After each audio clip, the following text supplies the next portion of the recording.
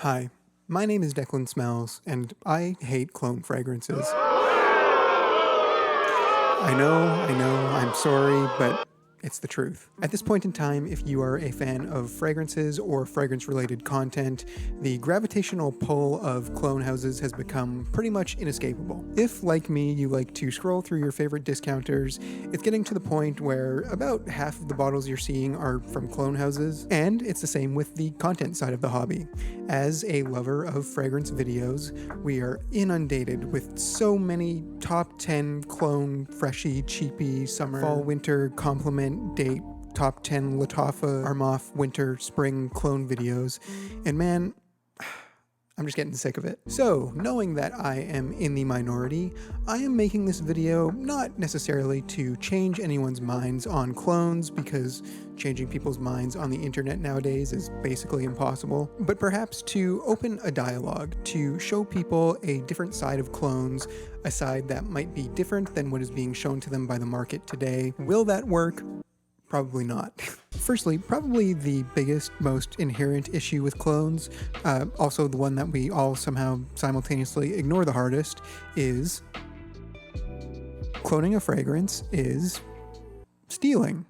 I mean, that's pretty much what it is. Spoiler alert for future content from me, but I am currently in the middle of learning how to perfume, and man, it is tough. Perfuming is an intersection between art and science that is unlike anything I have ever done or heard of before. You have to have the creative hand to craft something unique and beautiful, and you also need to have mountains of knowledge in order to do so. We in the community, by and large, don't really give the perfumers of our favorite fragrances much credit at all for the work that they do, and I am absolutely guilty of this myself. When I think of my two favorite fragrances, the two 11 out of 10s that I could not live without, those being Xerjoff's Tony Iommi and Soradora's Mandorle, I can tell you pretty much everything about them. I can tell you all about the notes in them, how long they last, how they project, what other fragrances they kind of smell like. Hell, I can probably tell you about most times that I've worn them out into the world.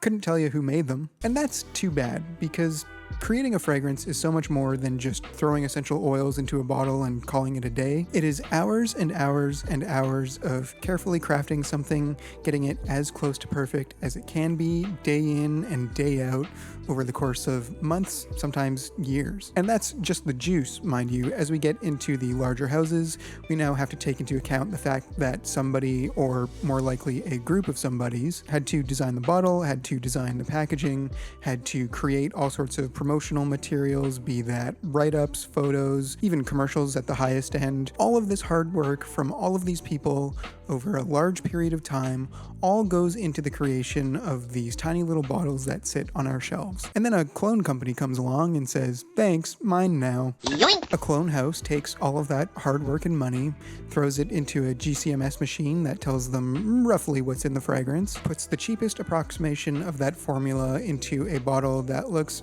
kind of like the real thing, and stamps their name on it and ships that out. All of that effort that was put in by those original people to create the fragrance, to create the surrounding promotional materials, not to mention all of the time and money that went into doing so, is completely bypassed by the clone houses, who take all of that work and pass it off as their own. That just seems wrong to me. Imagine if you put hundreds and hundreds of hours into a project at work or at school, and at the very last second someone came along, copied all of your work, put their name on it, handed it in, and got credit for it. I'm sure you'd be at least a little bit annoyed. And what's weird is that perfume seems to be the only place that this is acceptable for some reason. For instance, when you think of music, when you're recording a cover song, you either have to pay the original artist for the right to do so, or you have to pay royalties for the right to do so. And on the opposite end, you can look at something like clothing bootlegs. I mean, you can put the Gucci logo on clothes and sell it as your own, but not legally, and certainly not to the very public, concentrated extent that clone houses do it. In most other art forms, this kind of blatant copycatting is either illegal or strictly regulated. In fragrance, it's a gray zone. Legally, you can't copy a fragrance formula exactly and try and pass that off as your own, but the law says that you can reverse engineer a fragrance and sell that, especially in an industry where formulas are kept secret and where there are machines that are made explicitly to figure out what chemicals are in something. It's just like, what's the point? That would be like if the law said, well, you can't technically put Gucci's logo on your clothes, but if you happen to accidentally recreate that logo, that would be fine. Ultimately, in purchasing these clones, we are helping to further this weird, technically not illegal form of intellectual property theft, and that just doesn't sit right with me. Another related argument that I have seen made frequently is that clone fragrances are a way of sticking it to these big corporations manufacturing these fragrances, a way of overcoming corporate greed with your wallet. Let's ignore everything I've just said about the creation of a fragrance and focus on this specifically. First of all, trust me, I am far more anti-corporate than you are. I'll circle back to my thoughts on this later. Actually, this is what sort of makes this such a funny hobby for me in particular, that someone so anti-corporate is deeply ingrained in a hobby about brand worship and materialism, but this is a video and not a therapy session, so let's move on. Anyways, this argument to me of sticking it to the corpos is righteous, but here, wrong-headed. It seems like it is often made by the same people who go onto the videos of content creators and leave comments like, oh, you're only saying nice things about this fragrance because they paid you to do it. And then they will go onto a video titled Top 10 Lofi Clones and leave a comment like, great list, I love number 4. As if certainly Lofi couldn't pay a content creator to talk about their fragrances. Not Armaf. They're so morally pure. They would never do that. I get being pissed off by corporate greed, especially in today's day and age, and I absolutely sympathize with people who are looking for something else. But the solution is not to take your money and patronize what is ultimately corporate greed taking another form. I don't know if other people remember this. I've never been a Jeremy Fragrance fan, but I do remember seeing this one video where he has a bottle and he's yelling, fragrance, 25 cents. And you got the cap. This is another 50 cents. The box around it, which is another 50 cents. That's certainly a vast and hilarious oversimplification, but he's not entirely wrong. With all of the mass production and bulk buying of ingredients and bottles and whatever other related materials, the technical value of a bottle of a fragrance is quite low. A lot of what you're paying for with a fragrance is, again, those aforementioned development costs. All the people who worked on it, all the time and money put into it, blah, blah, blah. So if you're a clone company, your development costs are much lower. Clearly, those costs are greater than zero. Even if you're just copying somebody, you're still going to have to put some money into doing so. But you're no longer paying tens of thousands of dollars to a perfumer. You're no longer paying for all of that related artistic development. You're no longer paying for marketing, etc., etc. The majority of what you're doing is putting that cheap fragrance that you didn't design into a bottle that looks kind of like the bottle you didn't design and shipping that out. Now, I'm not saying that perfumes at the highest level aren't at least a little bit of a scam. But to pretend that these clone houses are doing it for the love of the game or because they want to be your buddy is naive at best. I'm pretty sure that Lofi and Armaf are making a pretty penny off of every stolen product that they push. I really don't think that you need to worry about their financial well-being. And speaking of the economics of clone brands, I would like to get into a section called the 100% hearsay section, where I speculate wildly on things based on very little information, so please hold on to your hats. So in writing this video, I got very curious about the financials of clone houses and decided that I wanted to compare them to non-clone houses. I did not get very far. Pretty close to every regular fragrance house that I searched for, from big-name designer brands to smaller niche and indie houses, had some sort of financial reporting available to the public. Whether that be direct from the company themselves or buried within a big, boring financial report released by the company that owns these houses. Basically, you can see what these companies are worth, what their profits were for the last year, that sort of thing. Now, I would like you to guess how much you think Lofi as a brand is worth. Did you do it yet? You might be right, you might be wrong. There's no way to tell. I could find financial reports from precisely 0 clone companies, be that Lofi, Armaf, Dua, Montaigne, whoever. Actually, I thought I found one for Al Haramain, but it turned out it was just a real estate company that had Al Haramain in their name. Ultimately, this isn't that weird, as only the EU legally requires companies to release their financial reports. But when you compare this to the ease of which I was able to find financial reports for any other fragrance house, European or not, it makes the complete lack of clone reporting seem pretty shady. Along similar lines, I found that, in general, Clone houses had little to no visibility for their higher-ups, owners, founders, CEOs, that sort of person. Any regular house, from the smallest of indies to the largest of designers, has these types of faces for the brand readily available for anyone who is doing the research, be it through various photo ops, interviews, speeches given at industry events, whatever. Here is the CEO of Latafa. I hope you like these 3 pictures of him because they are the only ones that exist on the internet. The only other record of his existence is an interview, which is clearly just a press release written by somebody and put out in the form of an interview. Otherwise, the man is a ghost. And this pretty much follows suit for every single clone company that I looked into. At best, these people will have a slightly used LinkedIn profile, and that's pretty much it. Otherwise, on their brand site, they will have a name, a picture or two, a nice write-up written about them, and any attempt at Googling them will only give you other people with the same name, especially for brands that are becoming household names that are now rivaling legitimate brands in popularity. You would think that there would be something, coupled with the fact that the majority of the big clone houses are small arms of massive Middle Eastern investment companies, firms who also have no financial reporting and somehow even less personal accountability. This lack of transparency is a huge red flag. It's like a bunch of ghost corporations run by people who don't exist, and frankly, I don't really know how comfortable we should feel giving them our money. Moving on, I also want to touch very briefly on something that I have spoken about before, so I won't go too much into it, but I believe that the price of clones can encourage overbuying, especially in people who are younger or who are newer to the hobby. I know that I personally fell under the spell. The way the community is set up right now, it is becoming less about buying a fragrance that is meaningful to you, something that connects with you on a personal level, something that you can't live without, and more about buying things. We are so inundated with so many clones and so many top 10 lists that when we see them going for 30, 40, 50 bucks, it's easy for us to buy them without really even thinking about it. Now, I'm not gonna lie, I'm not rich. Spending $150, $200, $250 on a niche fragrance is a huge expense, especially on something that won't make my life better in any discernible way. Because of this, I really have to be sure of my purchases to the point where most of the time I just don't buy it. When it comes to clones, because they're so much cheaper, that barrier is almost gone. Hey, it's only $30 and it's a little bit extra for shipping, that's not so bad. Then a week later, hey, this one is $35 and this other one that I heard about is on sale for $20. And Gent Sense just did a real good review of this one.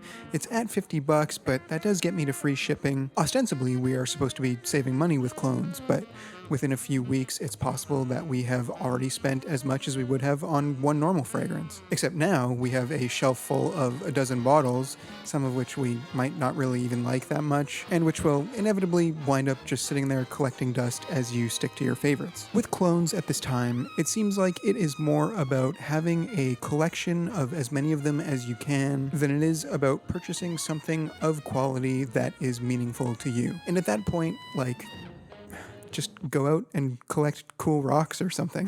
So the last thing that I want to yap about in this video is about the quality of clones themselves. Now, I've been thinking a lot about the quality of fragrances for the writing of this video, and I'll probably make that into a video of its own. What is it? Where does it come from? That sort of thing. But as it pertains to clones, I feel it is important to talk about. I think that quality is one of the most underappreciated aspects of perfumery, probably because it's one of the most difficult to define. We can look at a black cotton shirt and a black cashmere shirt and immediately be able to tell the difference, but the differences between two similar smells, which you might only be getting whiffs of here or there, is far less tangible. But when content creators compare clones to the originals, a lot of the verbiage is along the lines of, well, it's pretty close, or the quality is okay, or it's about 80 to 90% similar. Almost every time the final rating is something along the lines of, well, the clone doesn't smell as good as the original, but I would rather save money on the clone than buy the original. To me, that is absolutely fine. More on this later, but I actually have a clone for this exact reason. Liking something but not being able to justify the expense and settling for a cheaper option is great. I think that shows that you have the self-restraint and maturity to realize that fragrances aren't the most important thing in the world. My problem, though, is this weird myth that is going around that clones are just as good as the originals, that they are 100% identical, made using the exact same ingredients, that the fragrance in the clone bottle is of the exact same quality as the one in the original bottle. I saw a video of a guy on TikTok who is perpetuating this myth, who was just sitting there with a clipboard, reading out the names of the original fragrances and then reading out the names of the clones. 350,000 likes. There's also another guy I see frequently who pushes this narrative, who makes videos with titles like a perfumer tells you fragrance secrets that the industry doesn't want you to know. He calls himself a perfumer, and yet when you Google his name, he has no fragrance creation content, nor does he have any fragrance work attributable to his name. Anyways, this type of brain rot content is clearly doing numbers, so I feel I would be remiss not to address it. Firstly, most importantly, I would like to say that anything you see on this topic from any content creator, including what I'm about to tell you, is basically a best guess. Perfume formulas are a tightly kept secret, and so to say that Formula A and Formula B are the exact same or are made out of the exact same ingredients is pure speculation. Unless you are directly involved in the creation of these fragrances, you cannot say with any certainty to what degree they might be similar. We can infer, given how similar some of these are, that they're probably pretty close, but even the GCMS machines that are used to reverse engineer these formulas cannot account for every single variable in the aroma chemical industry, and to say or believe that two different fragrances are identical is insanity for many reasons. Many of the fragrances at the highest level, i.e. the ones that are being cloned, are sourced out to perfumers who work at aroma chemical companies that specialize in the production of aroma chemicals. Companies like Givaudan, Firmenich, IFF, Symrise, to name a few of many. These are companies that, for the sake of smelling unique, will source their own natural materials, will create their own versions of popular aroma chemicals, or who will straight up create new aroma chemicals that they won't let anyone else use. Again, it is impossible to say for sure, but do we believe that these clone houses care enough to, for their clone fragrance, source, say, patchouli that was grown in the same region as the one that was used in the original fragrance? Because they're going to smell different. Do we really think that when the GCMS gives them a readout of a fragrance's ISO-E super content, that they are going to care enough to test whether it was ISO-E super that was used, or ISO Gamma super, or Timber Silk, or Sylvamber? Do we really think that somehow these clone houses are going to perform some sort of midnight heist into Givaudan to steal their aroma chemical secrets? As I've said before, it is impossible to say yes or no to these questions definitively, but I think it is safer to lean more towards no than towards yes. Perfumers make dozens of sourcing decisions like this in order to give their fragrances unique olfactory characteristics, to give them that smoothness, that well-rounded perfection that a high-quality fragrance has. These decisions take the form of not just ingredient choice, but of balancing that one exact specific version of an ingredient to the hundreds, even thousandths of less than 1% of a fragrance's total formula. I can't see a clone house putting in even half of that amount of effort into creating their stuff. I just can't. And so my point in all of this rambling nonsense is that if you fall in love with a fragrance, if you smell something and it clicks with you and you absolutely need to own it, but you just can't justify that extreme price, that's okay. But do not be fooled. You will not get an identical wearing experience from anything else, no matter what some guy on TikTok with 350k likes and a clipboard tells you. Most times that'll be fine. Hell, you might even like the clone better. But it has been my experience personally, as someone who has owned and sold all but 2 of his clones now, it is more likely that you will wind up disappointed, wishing that you had saved up just a little bit more to get the original instead. Okay, so I have been a negative Nelly pretty much this whole video, and I want to end it by showing a few examples of where I think clones are worthwhile. Reasons why I may or have purchased a clone, because I do think that they have their time and place. The first type of clone that I like, and one that I hope continues to show up more and more, are clones of fragrances that have been discontinued. I have a bottle here of Yves Saint Laurent's L'Homme Libre. You'll have to excuse my French. This is a fragrance that is very special to me. It was the fragrance, really, that got me into fragrances 8 or 9 years ago now. Nowadays, the only way to get your hands on this is by going on eBay and purchasing a secondhand bottle for crazy amounts. I think I saw that they were almost getting into the like $400 range, which is nuts. Now, if there was a clone of this, I would be all over it and I would be telling everyone to try it out too. Secondly, I think that clones can be a good option when they are clones of fragrances that have really priced themselves out of value. Ultra expensive fragrances can sometimes justify their price through the use of expensive ingredients. Sometimes they are not, and they charge far more than they could ever feasibly be worth. Where that value line is drawn is up to you. I talked about this in my last video about Raj's fragrances. To me, that $250 line, that is where I think you are paying more for the name that is on the bottle than the fragrance itself. Of course, there are exceptions, and of course, everybody is different, but to me, if I can't get it for under $250 at a discounter, it's a tough sell. So I did actually make a video about this a few months ago, but one of the 2 clones that I own is this. This is Alexandria Fragrance's Black Panther, which is a clone for Bulgari's Tigar, which I got as a replacement for the fragrance that I really wanted, which was Suspiro's Vibrato. I frickin' love Vibrato. I think it is an incredible fragrance, not just in the way it smells, but in the way it performs. It smells luxurious, it radiates off of my skin, it is really incredible. But ultimately, it's an extremely simple fragrance. As great as it smells, as much as I do love it, there's not a whole lot going on there. And with that in mind, it's really not available anywhere for a reasonable price. Even at discounters, even with discount codes and with shipping, the cheapest that I can find it when it is in stock is in the lower to mid $300 range. Frankly, that's just kind of greedy for what it is. That's kind of an absurd price, honestly. And even though I really, really love Vibrato, I don't think it is special enough to deserve that price.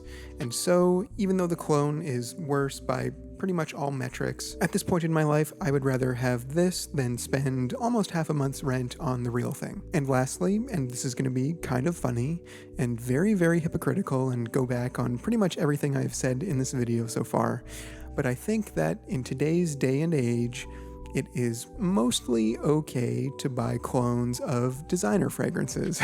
I personally don't. I do stand by what I said earlier. There is so much work and passion put into fragrances by people who love what they are doing, who are treating their creations like their children, and buying something that rips off their work sucks. But at the same time, I am of the personal opinion that the designer fragrance world is getting more and more grim as the years pass. Designer fragrances now are starting to see the same sort of fast fashion decline that we are seeing on the clothing side of things. Things are being made for cheaper. We are being charged more for them. Pretty much everything is becoming disposable. Long gone are the days of weirdo flankers like this. Now each quarter, designers pump out forgettable flanker after flanker after flanker, trying desperately to avoid creating something that might be perceived as weird or outre, lest that disturb people and ultimately cut into their profits. This is not something that you can blame on the people who are making the fragrances, but more on the executives who are ordering cheap, bland fragrances because they are so risk averse that they would rather keep releasing soulless junk for easy profit than potentially push the envelope. But I digress. Does this mean that the creatives behind these fragrances deserve to be penalized as a result? Probably no. Does this mean that we as the consumer deserve to be punished because of the greed of the few? Also no. As I've hopefully made clear, this is a genuine moral quandary, one that I think you should decide on for yourself. Personally, I avoid this issue altogether by not buying either. So, that has been this video. What a mess.